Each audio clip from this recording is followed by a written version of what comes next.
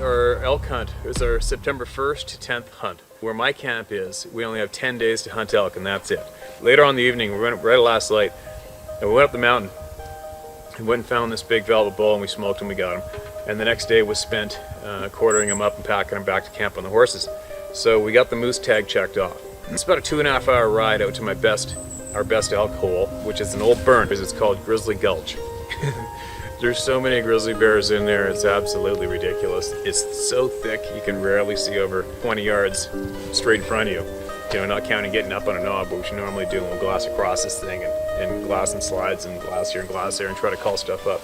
So what it is, we ride down a main river system, and then we hang left into a little tributary, a little creek, and it's real tight, a tight valley that dumps into this main valley. It's like going down a hallway, hanging left in a tight little walk alleyway, and you're riding up along the creek bed, and then as you get in there, it widens out and widens out and widens out into a big kind of like a basin-y type of area, slope up to the sides, creek all the way up from the bottom, flattening out into marsh and muck and stuff that's buried in the willow and spruce out in the middle.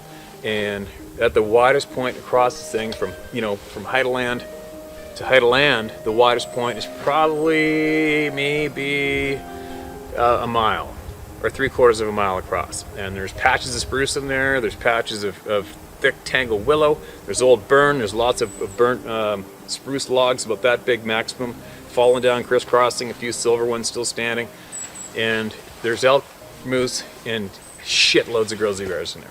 We were missing a rifle scabbard for a saddle for some unknown reason, I don't know why. So I volunteered up my scabbard for my partner's hunter, and so I was going gunless on, in the Grizzly Gulch. And you know, a lot of my past, a lot of people that know me, hunt with me, especially my guy partners, I don't know why, I haven't a clue why, but all my life, 1 in a million seems to happen to me monthly, from guide season to guide season. I don't know why, it's just the luck I got. I don't do stupid things, I don't set myself up for stupid shit. It's just, for some strange reason, 1 in a million has happened to me numerous times. So we were joking about that fact alone before our day kicked into gear. I'm like, oh good, here we go. No gun for me. Obviously something's gonna happen today. Mark's like, oh yeah, for sure something's gonna happen today with you. I'm like, oh well, here we go.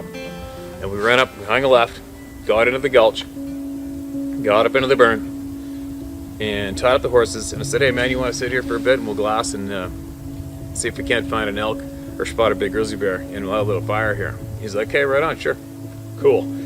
So we're in this burn. The biggest, thickest tree is probably that big in the trunk.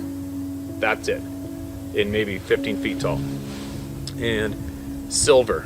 there's a silver trunks like this left over. There's nothing left to them in the ground. They just fall over nonstop, especially on windy days. We don't want to be in there. And the crisscross silver poles crossed everywhere. There's willow up to here. It's just not very friendly for walking around. And there's definitely no trees to climb if you had to climb one if something really bad was happening. We're sitting there and I'm starting to light this fire. My hunter goes, hey man, check out that moose. And I'm like, where is it? On the side of the valley there. And I look over, and here's this great big huge, I guessed him at 62 to 64 inch wide frickin' bull. His pans are tipped out like this. And he's only got two big brow tines. I think he only had like 4 or 5 points aside, but super long, old, gnarly, thick pans. Everything's thick and compact and wide and massive body. And his velvet was just starting to hang off in strips like a Medusa monster. And he's frickin' running down the side, way high up, running down the side of the valley, back down to where it tightens up in the bottom, to where we just rode up in that creek on the horse trail. He came from over the height of land up into the gulch with us. So he's about 3/4 of a mile away. He's running downhill, full running. And I'm like, holy shit, look at him go.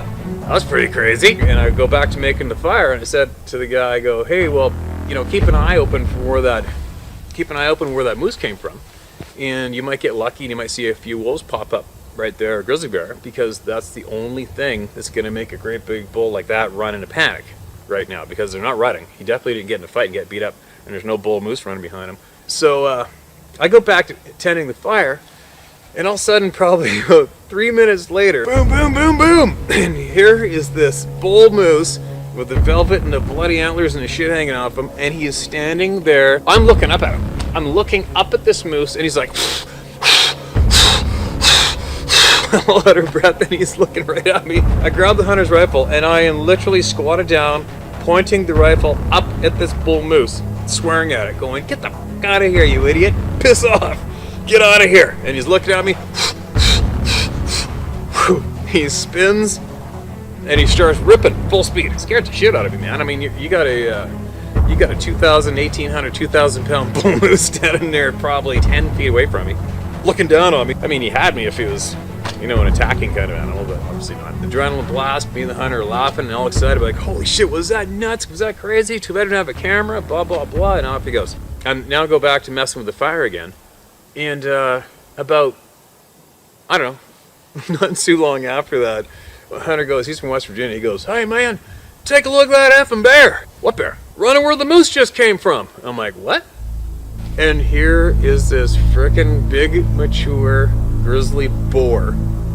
And he is booking step for step where that moose had just come from. And he's running on the moose's trail. He's running down the side of the bull, and then he stops, he goes like this.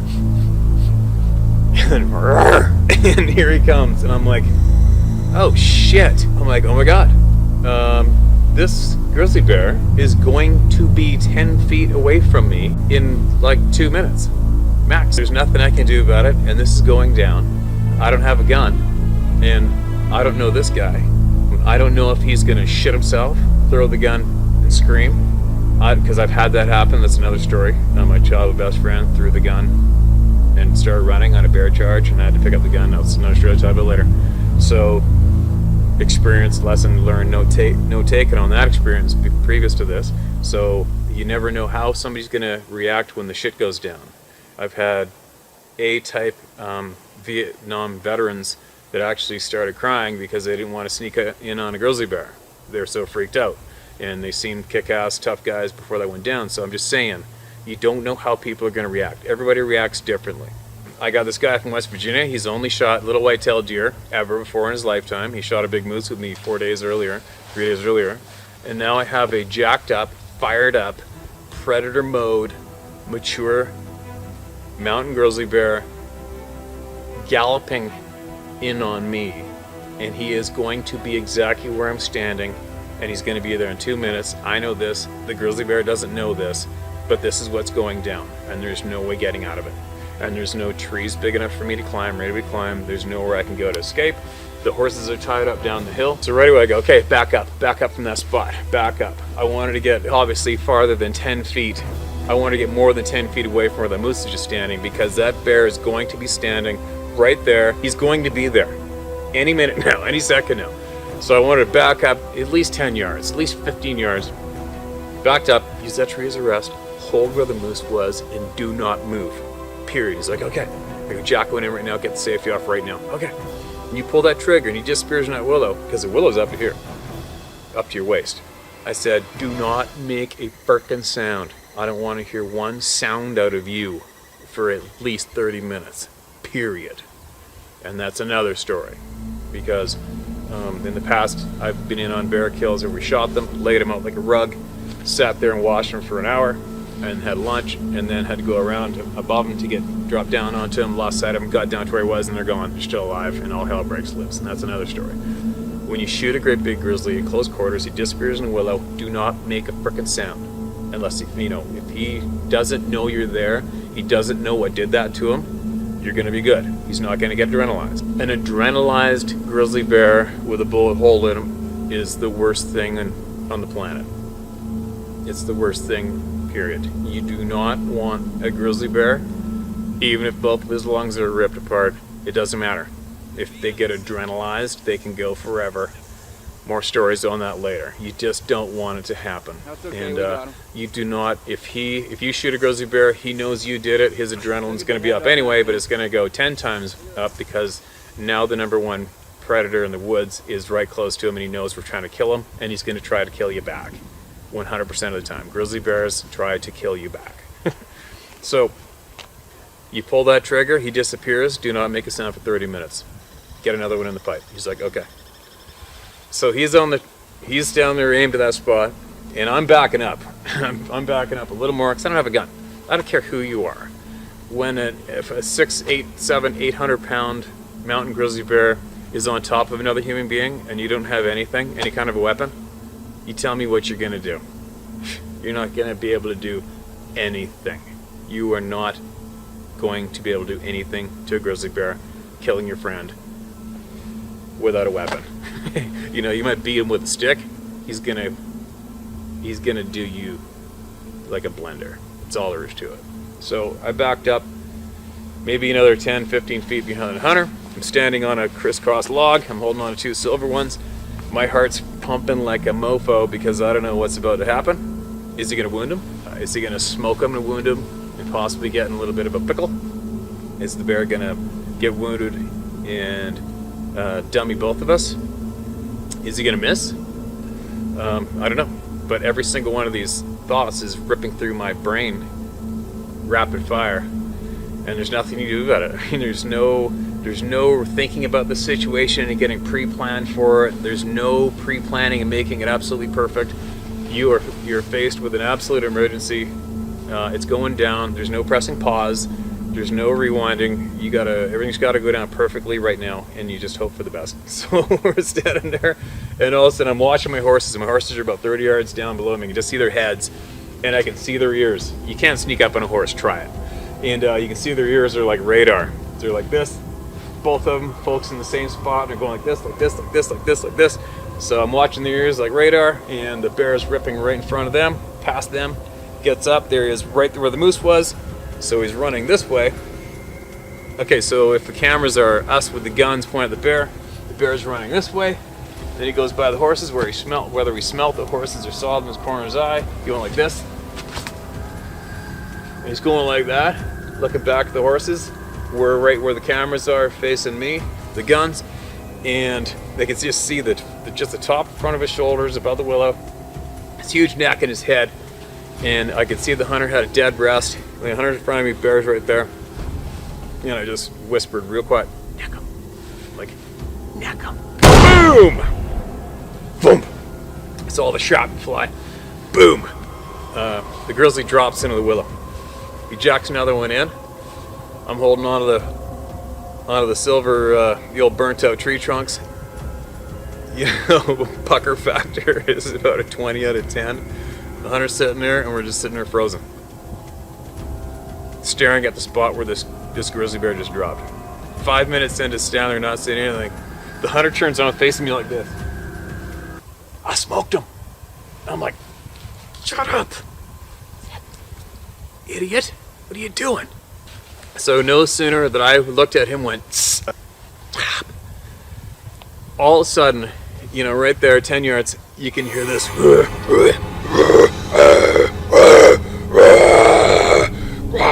And you hear the most evil, angry, brutal, barrel chest voiced rumble through your frickin' soul sound is belting out of the willow right there, like right there, and it's getting louder, and it's getting louder and louder and angrier and louder and angrier. There's probably finger marks in those two tree trunks, and I'm just staring there frozen thinking, holy shit, now what? You know. And there's so many grizzlies in that burn. These are mountain grizzlies too. They're not coastal fish-fed brown bears.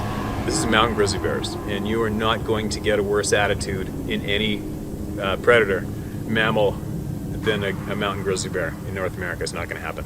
The bear's freaking out. The hunter's still standing there, this willow up to like just past your waist, maybe your waist height willow, and you just can't see in front of you. And he's in that willow, and he is going off, and he's not dying. The sounds aren't getting any quieter. It's not slowing down, and he is going ape shit. You know, as the guide, and knowing what can happen, you know what's going down. I'm like, well, okay. Do I go up and get the gun? Do I go in there? Should I go up and get the gun off this dude and go in there and smoke this thing, or do I send him in there? Should I send him in there? Is he gonna shit himself, throw the gun, and have this bear on top of him shredding? Does the bear know we're there? I don't think so, obviously. And right when this is all going down in like 2 seconds, 3 seconds, these thoughts, and all of a sudden the hunter turns around and goes like this.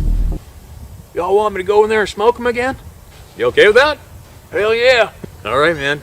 You got one in the tube. Get the safety off. Get your gun up now. And slowly step in on there and do it. Guy's got his gun up and he's slowly going in and he's slowly going in and he's slowly going in like this. And I'm slowly backing up. I'm slowly backing up. I don't even have a frickin' pocket knife on me. I mean, nothing. I got nothing. Not even a stick. There's nothing I can do. I'm 100% helpless. I guess I could stand there and scream like a girl guide, but that's about it. So anyways, I'm backing up a little bit, and all of a sudden you see him tense up. Boom! Boom! Shot 3 more times, and then the sound stopped. Shit, thank God. And I go up there.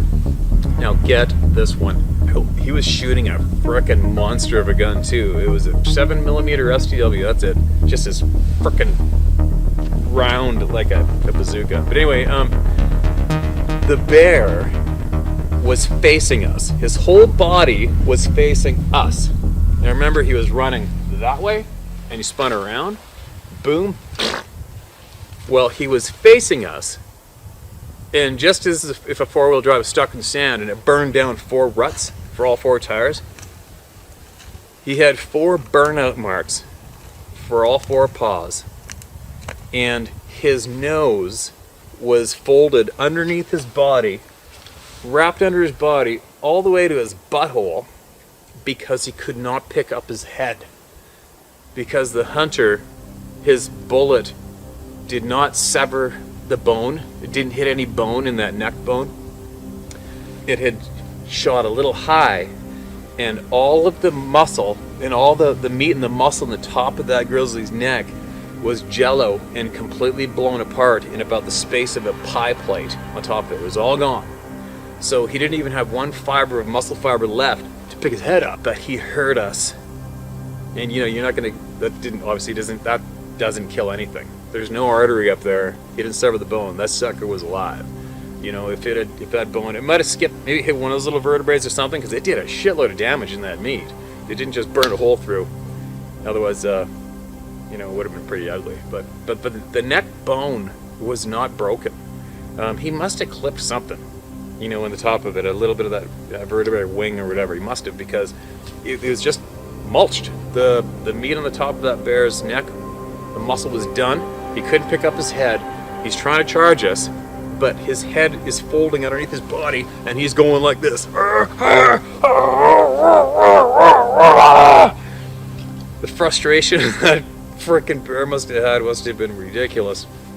But that's what happened. So yeah, we got the bear, and sure enough, the one day that I leave camp without my rifle scabbard, without my gun, another 1 in a million encounter, another 1 in a million experience happened. I mean, what are the chances? A 60-inch plus bull comes running in, stands there, looking down at him for 10 feet, and 3 minutes later, it was a 7'6", I think it's 7'6" boar grizzly bear, decent boar. And next thing you know, you got a mature grizzly boar chasing the moose and landing in our laps at 10 feet. I mean, there you go. Another 1 in a million hunt story. Anyways, again, check out my hunting apps on the iTunes, on the App Store. Just Google Big Game Hunting by HowToHunt Outdoors or else Blacktail Hunter. And have a look if you want to collect up some of the numerous years of experience we've got on there, and you can utilize it in the mountains anywhere on the planet. Both you and I can